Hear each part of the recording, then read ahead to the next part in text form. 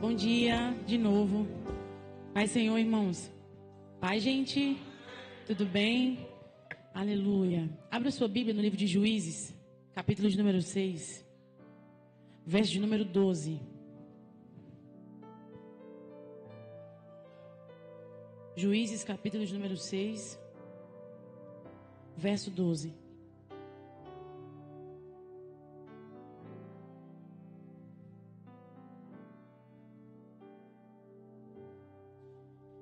Diz assim a palavra do Senhor. E o anjo do Senhor lhe apareceu e lhe disse: o Senhor está contigo, homem poderoso e valente. Vou repetir, tá? E o anjo do Senhor lhe apareceu e lhe disse: o Senhor está contigo. Você pode olhar para alguém que está do seu lado com muito carinho e diga: o Senhor está contigo. Não, mas fala assim, sabe, assim, para ele entender que isso é uma verdade. Olha dentro do olho com muita convicção e fala: o Senhor está contigo. Amém? O livro de Juízes, capítulo de número 6, vai nos trazer sobre o tempo em que Israel está vivendo um tempo muito difícil. O povo abandonou o eterno. E por conta disso ele vai agora entregar o povo de Israel na mão dos midianitas. Só que a Bíblia vai dizer que os midianitas agora vão escravizar o povo de Israel de uma forma diferente. Diferentemente, quem achava que escravizava de uma forma normal, os midianitas agora vão escravizar o povo de Israel, fazendo com que eles plantem, cuidem, mas no momento da colheita, eles não vão colher. Ele vai agora escravizar exatamente dessa forma, vai fazer com que o povo cave a terra, coloque a semente, cuide dessa semente, mas na hora da colheita, quem colhe são os seus inimigos. E isso não é de pouco tempo. A Bíblia vai dizer que eles vão escravizar o povo de Deus durante 7 anos. É um momento muito difícil em que o povo de Israel está vivendo, mas isso vai se tornar um pouco dolorido para quem está cavando o buraco, plantando a semente, e na hora da colheita não pode colher, porque isso vai gerar uma frustração no meio do povo. E uma prova viva disso é que no momento da colheita, tinha na verdade muita força do braço, porque no momento da colheita, quem se sacrificou para plantar agora quer colher, mas na hora de colher não pode colher, e existe uma guerra entre os inimigos e o povo de Israel para fazer esse tempo de colheita, e existe uma guerra absurda. Eu que plantei, mas agora eu que vou colher, e gera, irmão, uma bagunça. E eu estou pregando exatamente para algumas pessoas assim, que já plantou muito nessa vida, mas que já colheram muito pouco. Que já olhou para dentro da sua própria vida e vê que já semeou na vida de muitas pessoas, plantou muito em outras terras, mas que na hora de colher, outras pessoas que não tiveram esforço nenhum acabou colhendo. Só que no momento em que essa guerra enfrenta, a Bíblia vai dizer que no tempo da colheita eles vão enfrentar uma luta, uma força corporal no tempo da colheita, e alguns vão se esconder, outros vão fugir, e alguns também acabam morrendo. Só que a Bíblia vai dizer que no meio dentre tantos esses, um acaba se destacando, Gideão. E Gideão, ele se destaca porque ele é visto por Deus e não como um homem qualquer, que diante a tantas pessoas e diante a tanto embate, ele encontra em um homem o que ele não encontrou na vida de alguém. Ele viu em Gideão coragem. E muitas das vezes você pode não ter ideia, você pode não ter até mesmo força, mas se você tiver coragem, Deus conta para você para viver uma nova fase. Só que a situação está tão difícil, o cansaço mental, a revolta por dentro, porque a colheita não foi boa, porque existiu guerra, porque alguns morreram, outros se esconderam. E a Bíblia vai dizer que agora Gideão está malhando trigo no lagar. Você sabe melhor do que eu que lagar é o lugar onde pisam-se as uvas, mas agora Gideão vai ter uma própria estratégia para começar a malhar trigo no lagar. E por que ele não vai malhar trigo, na verdade, na eira, que é onde é uma pedra larga, grande, aonde é uma parte ventosa? E no momento em que ele está mexendo com o lagar, joga-se para cima e separa o trigo da palha, porque na hora que o vento passa, aquilo que é vento, a palha passa e o trigo fica. Só que Gideão vai viver um momento que ele vai malhar trigo no lagar numa forma de se esconder para não morrer. E eu estou querendo dizer que vai ter momentos, que vai ter lugares, que pessoas vão te procurar em certos lugares, que você não vai estar mais lá. Por quê? Por conta da estratégia que o Senhor colocou sobre as suas mãos. Eu vou repetir para ver se alguém entende. Ele podia muito bem malhar o trigo na eira, mas ele vai para o lagar porque o tempo não é de lagar, o tempo é de eira. Mas ele pensa, se eu for para a eira, o povo vai me procurar e vai me achar. Mas se eu for para o lagar, ninguém me acha. Estou querendo te dizer, irmão, que Deus, nesses últimos tempos, está nos dando níveis de estratégias para que a gente muitas vezes se esconda. E ao mesmo tempo que Ele nos estica, ao mesmo tempo Ele nos alinha também. E Gideão está lá, malhando trigo no lagar, malhando trigo no lagar. Só que o Eterno resolve descer na terra para ver a situação do povo. E a Bíblia vai dizer que o anjo do Senhor desce. E quando o anjo do Senhor desce, ele vê Gideão trabalhando. E aqui eu libero uma palavra sobre a tua vida e por favor receba isso. Todas as vezes que Deus decide levantar alguém, todas as vezes que Deus desceu para levantar alguém, Ele sempre encontrou essa pessoa servindo. Gideão não estava desocupado, Gideão não estava de braço cruzado, Gideão não estava à toa, Gideão não estava reclamando da vida, mesmo depois de uma guerra travada no tempo de colheita, ele decide se esconder, mas ele continuou fazendo alguma coisa. Em outras palavras, Gideão não esperou a mulher orar para começar a orar, Gideão não começou alguém se levantar para começar a se levantar, ele simplesmente teve a convicção de si, alguém tem que se levantar para fazer alguma coisa acontecer. E a gente tem vivido dias onde a gente tem esperado o outro começar para a gente seguir. Se o outro não fizer, eu não faço. Se o outro não orar, eu não oro. Se o outro não tomar uma atitude, eu não faço. Se o outro não fizer, eu não faço. Não, alguém vai ter que começar. E eu vou repetir mais uma vez. Alguém vai ter que dar o primeiro passo. Não fica de birra e nem de embate. Se fulano não ora, eu não oro. Casal, se fulano não ora, eu não vou orar. Não, alguém vai ter que começar. E eu vou dizer em tom de profecia, enquanto está nessa birra, o inferno está brincando com a sua cara, causando situações de um lado e para o outro. Mas Deus está dizendo para alguém, se levanta e comece já. Porque todas as vezes, irmão, que vem um confronto e é difícil. Aquilo que não confronta a gente de fato não muda. Quantas vezes na minha vida eu fui confrontada por pessoas, por liderança, mas não foi para um pior, foi para que houvesse uma melhora. E a gente tem que ter essa humildade para começar a aprender com os nossos próprios erros. E Gideão vai malhar o trigo no lagar, o Eterno, o anjo do Senhor vai descer e vai perceber Gideão malhando o trigo, servindo. Servindo, ele não estava à toa. Todas as vezes que Deus quer mudar a realidade da vida de alguém, Deus sempre encontrou essa pessoa servindo. Aqui já vai um convite, tá? Se você está desocupado, começa a servir. Porque quando o anjo do Senhor descer sobre a sua vida, não vai te ver desocupado, vai te ver servindo. E ele vai olhar para ele. E a Bíblia vai dizer o seguinte, que quando o anjo do Senhor vai descer, ele vai liberar uma palavra para Gideão e vai dizer assim, Gideão, o Senhor é contigo. Homem valente, homem valoroso. Irmão, tem hora que a gente está tão entalado de tanta coisa, que qualquer palavra de Deus que é liberada sobre a nossa vida, a gente acha uma oportunidade de vomitar tudo aquilo que está sentindo. Vou te provar.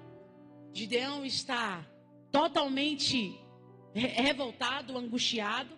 O anjo do Senhor vem, olha para mim, e diz simplesmente isso. O Senhor é contigo, homem valente e valoroso. E Gideão, entalado com a situação, vai dizer, como você disse que o Senhor é comigo? Cadê o Deus que os nossos pais oravam dizendo que salvaria o nosso povo, que livraria o povo do Egito? Como você disse que o Senhor é comigo? Cadê o Deus que disse que nos livraria dessa guerra? E eu sei que hoje, nessa manhã, subiu muitas pessoas cheias de questionamento diante daquilo que estão vivendo. Cheio de indagação, por que isso não acontece, por que isso não acontece, por que isso não acontece. E tudo que a gente quer, na verdade, é que Deus se manifeste de alguma forma. Tudo que a gente quer é que Deus, nem que seja, dar um tapa na nossa cara e falar se você está certo ou se você está errado. Porque a aflição toma conta da gente. A angústia toma conta. O cansaço de fazer tanto sempre, mas colher pouco, se torna uma revolta. E no final de tudo, ter que se esconder para não morrer. E além de tudo, ouvir da parte do Eterno, através do anjo, dizendo, o Senhor, Ele é contigo. Só que nessa manhã, Deus não veio trazer resposta para alguém. Porque o Senhor sabe a forma que cada um subiu essas escadas. E tudo que você queria é resposta. Só que hoje a resposta de Deus para a sua vida não é da forma que você almeja. Tudo que você precisa, meu irmão, não é de resposta. Tudo que você precisa é de força. E é força que o Eterno veio te entregar nessa manhã. Eu vou repetir mais uma vez. Porque a gente muitas vezes quer a resposta e a direção. Mas melhor do que a velocidade é ter a direção certa. Mas muitas das vezes Deus vai ter que parar a gente para dizer: eu estou te dando força para continuar essa trajetória. Eu vou repetir mais uma vez só para você não esquecer. Você veio aqui, subiste cheio de indagação, cheio de agonia, de aflição na alma. Só que Deus está dizendo: eu não vou te dar resposta, eu vim te dar força nessa manhã. Essa manhã é a manhã de força, de refrigério. Essa é a manhã onde Deus está renovando as suas forças. Essa manhã é onde o Senhor está te abraçando. Essa manhã é uma manhã onde o Senhor está te colocando no colo e está dizendo: eu sei que está doendo, você não está vendo acontecer. Mas o fato de você não estar vendo Deus fazer, Deus não fazer, não significa que Ele não esteja trabalhando ao seu favor. O Senhor é contigo. Será que você pode pegar no ombro dessa pessoa com muito carinho, de verdade? Hoje é nesse clima, desse jeito assim. Mas bota a mão no ombro e fala: o Senhor, Ele é contigo. Tem hora que tudo que a gente precisa é saber que Ele está com a gente. E tem hora, Gabriel, que a gente tem que pregar o testemunho para a gente mesmo, para saber de onde Deus nos tirou. O Senhor é contigo, viu? Homem valente, homem valoroso. O Senhor é, irmão, eu sinto uma graça de Deus assim, mansa, sabe? O Senhor renovando força de alguém que subiu aqui no limite. Deus renovando força de gente assim que não sabe mais o que fazer, mas Ele está te abraçando, está dizendo: eu estou te dando força, estou te dando direção, eu estou te dando calma e muita cautela para seguir essa jornada. Tem dias que as palavras na oração faltam. Tem dia que é o choro que responde às orações que estão entaladas aí dentro. Tem dia que não tem o que falar. Tem dia que só as lágrimas para decifrar aquilo que você está sentindo por dentro. Só que hoje Deus visita além daquilo que é o seu sorriso. Deus visita além daquilo que é a sua maquiagem. Deus visita além daquilo que é a sua aparência. Deus visita principalmente além daquilo que você tem. E Deus agora vai fazer uma aliança com Gideão. E Ele vai dizer: Gideão, eu preciso que você vá comigo para libertar um povo. Quando Deus vai fazer uma aliança com Gideão, Deus primeiro vai tratar o lado de dentro desse homem. Porque por muitas vezes a gente insiste em vencer as lutas externas, sem antes vencer as batalhas internas da nossa vida. Ele vai levantar e vai dizer: Gideão, o Senhor é contigo, homem valoroso. Só que é um tempo de vale. E mesmo no vale tem oferta. O texto vai dizer que Gideão agora vai preparar um bezerro, vai ofertar ao Senhor. Só que ao invés de ele chamar o Eterno para casa e fazer esse bezerro como em forma de oferta, ele vai. E ele vai para casa, só que sem convite o Eterno também acompanha ele.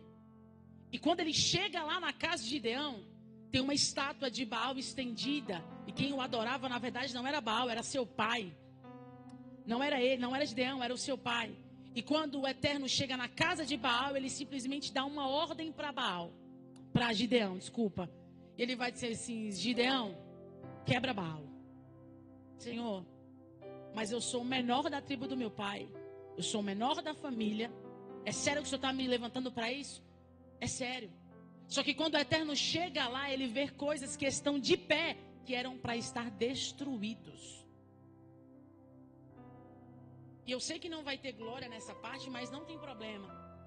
Só que tem muito Baal, irmão, sendo levantado dentro da nossa casa, que a gente esconde de Deus. E a gente quer vencer do lado de fora aquilo que está sendo escondido do lado de dentro. Tem gente lutando com todas as forças para vencer a guerra lá fora. Mas do lado de dentro tem um Baal estendido. E é um convite de Deus, como é um culto da família. Eu tenho que estender isso para a família. Qual é o Baal que está estendido dentro da sua casa? E como eu estou em casa, eu vou falar do jeito para a criança entender. Tudo a Baal, irmão, é tudo aquilo que toma o lugar de Deus. Tudo aquilo que você idolatra. Tudo aquilo que você possui. É casa, é carro, é marido, é filho. Tudo aquilo que para você é algo que toma posse. Mas deixa eu te falar uma coisa. Tudo aquilo que chegou na sua mão não surpreende Deus. Porque antes de chegar na sua mão, passou primeiro pela mão dele. Você entende isso aqui? Eu tenho que dar uma desenhada. Que o carro, a casa, a família, o filho, o marido que o Senhor te deu, tudo que Deus te colocou sobre as suas mãos, está na sua mão. Mas antes de chegar em você, primeiro passou pela mão dele. E tem gente que deixa esse Baal estendido e começa a idolatrar, irmão. Se você soubesse tanta coisa que Deus tem para fazer na sua vida, você já tinha destruído esse Baal há muito tempo. Gideão, quando olha para Baal e fala assim: mas Senhor, o Baal é de meu pai. Parece, Gabriel, parece não. É Deus dizendo para Gideão: Gideão, teu pai, quem cuida sou eu. Agora quebra Baal, pelo amor de Deus. É Deus dizendo: quebra Baal, que do teu pai eu cuido. Quebra Baal, que do teu pai quem trata sou eu. Quebra Baal, que quem vai fazer o negócio acontecer sou eu. Você entende que alguém vai ter que começar, alguém vai ter que quebrar, alguém vai ter que tirar. Enquanto eu prego, eu estou dizendo de Baal de coisa antiga, irmão. Coisa quebrada, coisa velha. Coisa lá do passado, coisa de ex, foto de ex, roupa de ex, perfume de ex, urso de ex. Tudo aquilo que é quebrado, roupa velha. Coisa quebrada, coisa antiga. Qual é o Baal, irmão, que tem te impedido de você viver um novo tempo com ele? A gente vive de culto em culto. Se a gente praticasse em casa toda a palavra que é ministrada em cima desse altar, sua vida nunca ia ficar do mesmo jeito. É por isso que cada pessoa tem um testemunho para contar todos os dias. Todo culto aqui, eu sei que cada pessoa tem um testemunho para contar. Mas infelizmente que tem gente que faz do culto um hobby. Eu vou pro culto porque eu não tenho nada para fazer hoje. Eu vou pro culto porque senão o bispo vai mandar mensagem, vai encher o meu saco. Eu vou pro culto porque senão a bispa vai brigar comigo. Eu vou pro culto para mim simplesmente preencher tabela. Deixa eu te falar uma coisa. Culto, irmão, não é lugar de preencher tabela e muito menos marcar data. Culto é lugar, irmão, de você receber direção de Deus e executar toda a direção do lado de fora. Deixa eu te falar, eu sei que você é bom para vencer a guerra externa, mas há um convite de Deus: quebra esse Baal do lado de dentro. Soberba, ego, inveja. Que batalha é essa? E é difícil eu ministrar uma palavra como essa, porque parece que Deus só pega a gente assim numa estaca, mas tem hora que Deus tem que alinhar a gente. E como eu sempre ministro aqui, eu sempre vou repetir isso enquanto eu houver vida. O maior avivamento e o maior desejo de um coração de um pregador que anseia por almas é ver as pessoas vencendo primeiro do lado de dentro. Porque aquilo que você é dentro reflete a sua vida lá fora.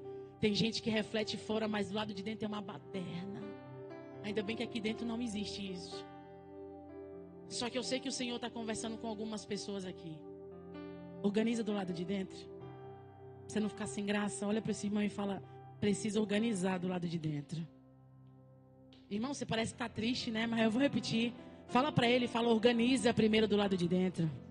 Fala: tira as coisas velhas que estão guardadas. Quebra o Baal que está estendido. Quebra Baal. Quebrei. O povo agora vai se reunir na casa de Gideão para querer matar ele. Seu pai defende. Só que a Bíblia vai dizer que agora o Senhor vai dar uma ordem para Gideão. Vai na feira, meu filho. Compra vaso e compra tocha. O que eu aprendo quando Deus, depois que Gideão quebra o Baal de dentro de casa, Deus vai dar um comando: agora você vai comprar vaso e vai comprar tocha. Parece que eu escuto o Eterno dizendo: Gideão, a ferramenta do tempo do vale não serve para a ferramenta de agora. Eu estou querendo te dizer que a ferramenta de 2024 não serve para as guerras de 2025. Então eu vou pedir para Deus nova ferramenta. Você não precisa pedir nada novo, você só precisa afiar aquilo que Deus já colocou nas suas mãos. Tem gente que tem algo poderoso para ser manuseado, mas tem deixado escondido. E Deus está dizendo: afia aquilo que eu já coloquei nas suas mãos. Compra vaso, Marcos. Compra tocha. E agora, o que eu vou fazer? E agora, entra na terra dos seus inimigos, os midianitas, que eu vou te dar a direção certa. E como eu disse, melhor do que a velocidade é ter a direção. Só que antes dele ir para a terra dos midianitas, ele vai dizer: dá um grito e convide o povo. A Bíblia vai dizer que se levantam 32 mil homens. 32 mil pessoas se levantam. E Deus vai olhar para Gideão e vai dizer: tem muita gente. Vai até o rio. Coloque o povo ali para beber água. E olha a forma com que eles vão beber água. Porque a forma que eles vão beber a água vai discernir o equilíbrio de quem está do seu lado e de quem não está. A Bíblia diz que eles vão pegar a água sobre as suas mãos e vão trazer a água sobre a sua boca.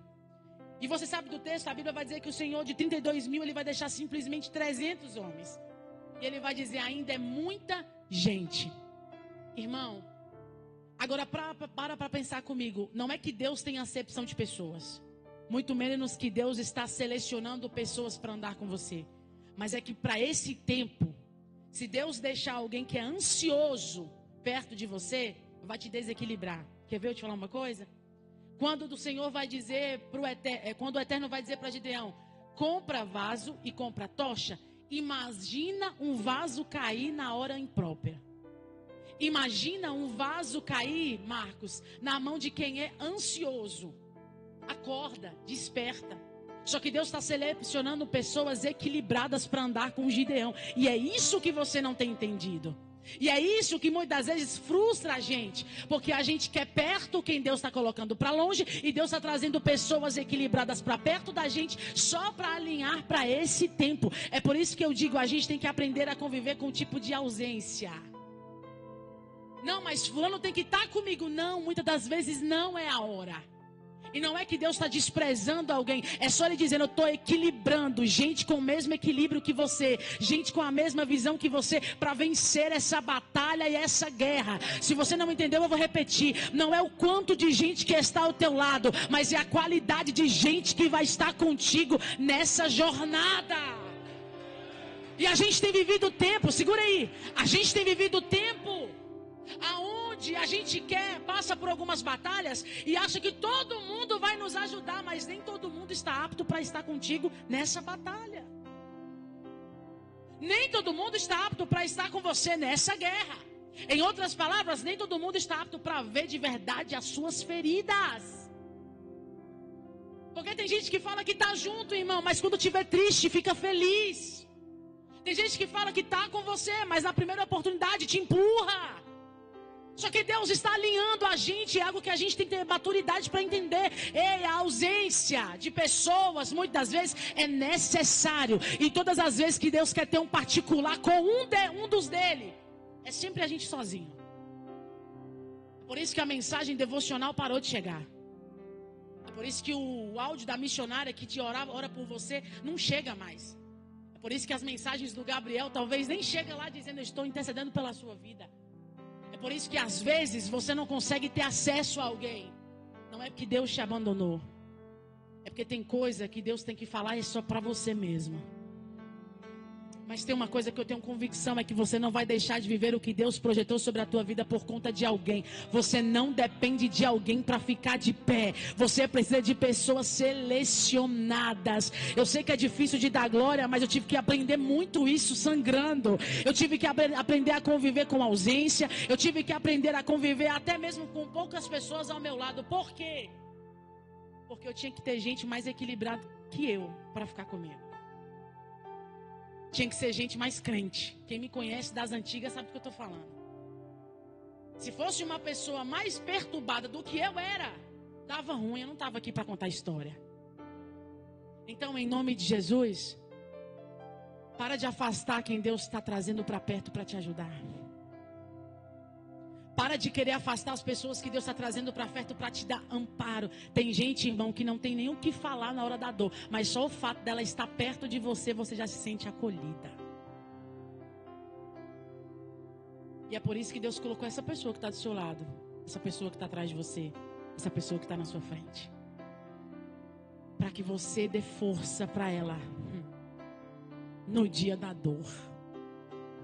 Será que isso é uma verdade? Você pode pegar na mão de quem está na sua frente ou de quem está atrás?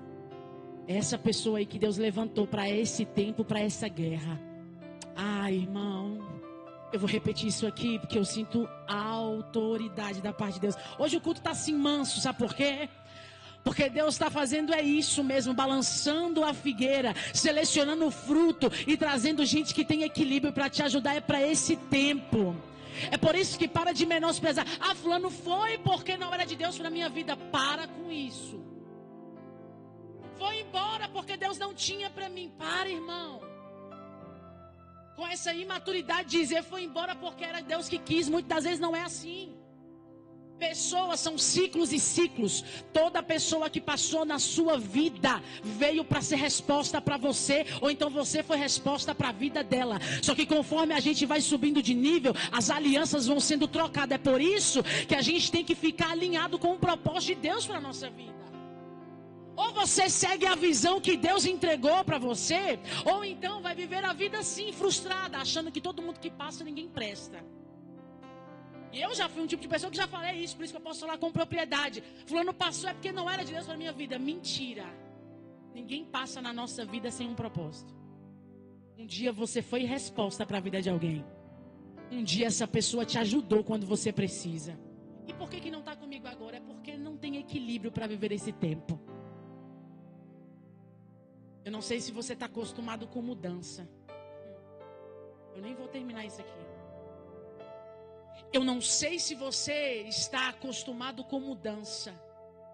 Mas enquanto eu estava sentada ali, Deus disse para mim, Deus está fazendo uma mudança na vida de alguém que está aqui. Não, mas deixa eu terminar de falar para ver se você vai realmente levantar a mão. A mudança que eu estou dizendo é Deus trocar as coisas de lugar. É tirar de quem está embaixo e colocar em cima. E quem está em cima e que você acha que está em evidência, vai para baixo. Quem está do lado vai para baixo. Quem está do lado vai para cima. Está preparado para a mudança? Está preparado para aquilo que é a organização de Deus sobre a tua vida? E quando a gente ora dizendo, Deus, seja feita a sua vontade, será que você está preparado para viver a vontade de Deus mesmo? Porque muitas das vezes a vontade de Deus vai contrariar a sua. Aí vai ser aonde a gente vai começar a questionar. Não foi isso que eu pedi para Deus. Eu falo para o João lá em casa, a gente tem que tomar muito cuidado com aquilo que a gente ora. Porque a oração funciona. A oração funciona. E tem coisa que a gente colhe, irmão, que é fruto daquilo que a gente tem plantado a vida inteira. Olha para mim, que eu já vou terminar. Tem coisa que a gente ora, que muitas das vezes não é nem o diabo nem o capeta, é o fruto da oração que você fez na hora da raiva. Então, vou terminar aqui dizendo, Deus está fazendo uma reviravolta a favor de alguém que está aqui. Alan, você está pronto para viver isso? Tá, Alan? Tá, Alan? É contigo que eu estou falando, Alan, tá? Alan, tá ouvindo? Pega a chave que está no seu bolso.